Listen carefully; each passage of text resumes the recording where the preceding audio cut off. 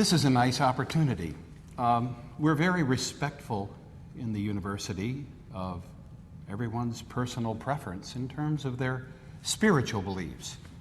We have this moment on the camera to tell you about our spiritual beliefs. God is the most important thing in our life.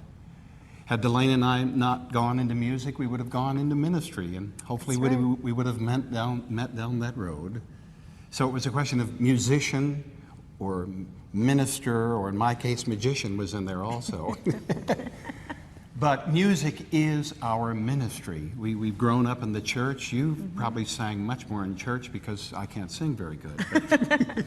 Well, we were members of a small church, and there weren't a whole lot of people that did music. We always had our choir, but what I find that is always a problem is finding organists. Oh, goodness. And I'm sure many of you churches go through the same things. And we had a guest artist in one of our classes the other day who his father was a minister, and he didn't have a choice.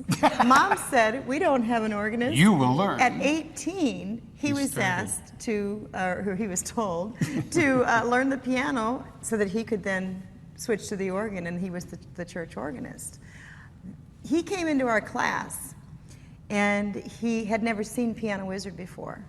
And he saw Piano Wizard, and he was just, his mouth dropped open. He says, "This is what I need." Even to this day, I imagine, what is Stevie, maybe not even 30. Maybe 28, maybe. And so he now, even at that age, after taking these lessons, and he is a fine musician, you will see in the videos. But he really wanted it now. Oh, yes, and Stevie, you know, he's one of those church musicians, gospel musicians. We were all crying, and he played Amazing Grace. I love Amazing Grace. And so the church music experience, do you remember in the lesson we had with little Carol playing the organ? Oh, yeah, yeah. I mean, we're always in church. Well, we don't have an organist, we don't have a pianist, we don't have a choir director. And then it's great in the summers. The choir diminishes so much, they round up new people, and the name of the summer choir is Summer Singers, Summer Not. But it's not a matter of whether we can all do it well. It's just so that we can get a grasp on it. The church music experience can just really blossom with Piano Wizard, you know, and Music Wizard for the children. And then beyond that, you see, for Delane and I, when we're talking Bach and Beethoven, we're talking about the Lord. There was a great author, actually, named Jan Chiappusso. He wrote probably the best book on Bach we've ever read, Bach's World. It's out of print.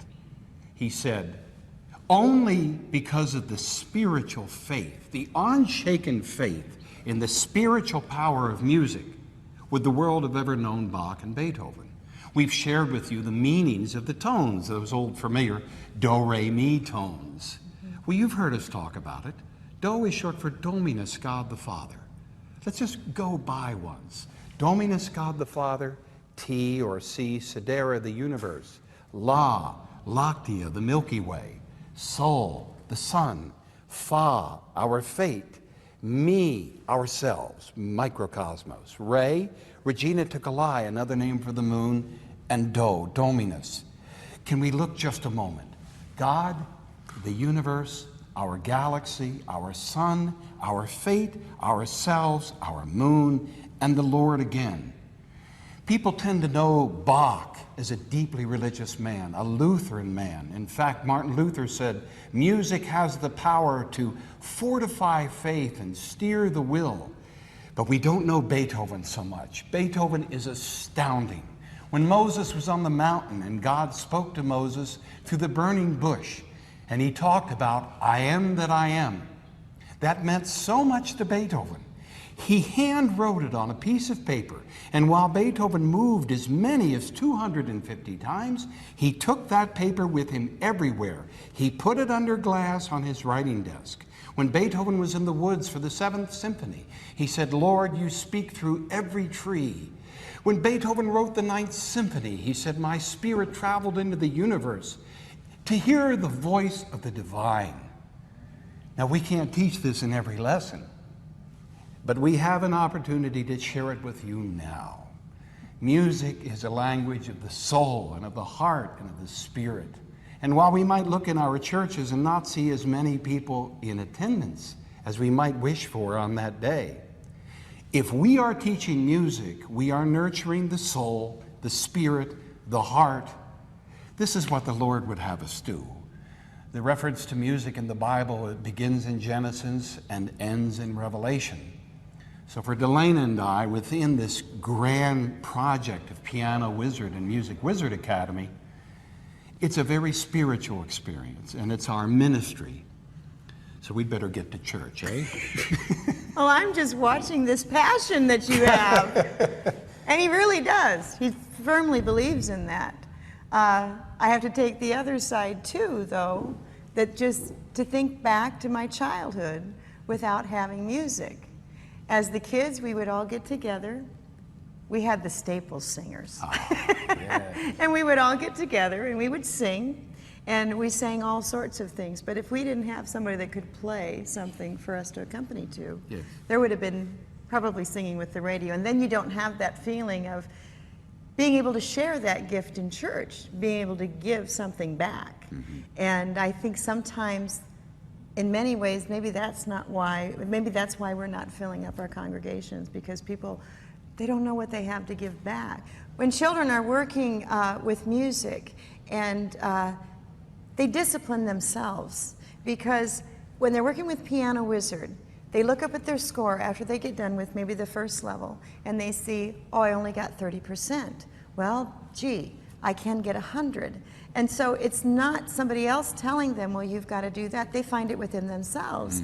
And they take the initiative to practice it and to go on with their studies. And I think that's great that they themselves, they don't have somebody coming down on them. I think many times we have people telling us what to do all the time, and when it comes from within, we're more apt to do it. You know, Jesus teaches us to give. You know, give to one another. You have a gift, and how long does it take to learn things? We've had some occasions on Sundays where we're serving breakfast to students in our apartment complex, and it's a lovely communion. And just the other day we were talking about, Sunday service, and well, we're doing service. We're providing the food service, and they would have us serve us, and I never thought about a church service as being, we could serve. And this is what you remind me of, because to watch the kids here, to stand up so proudly and look what I have to give.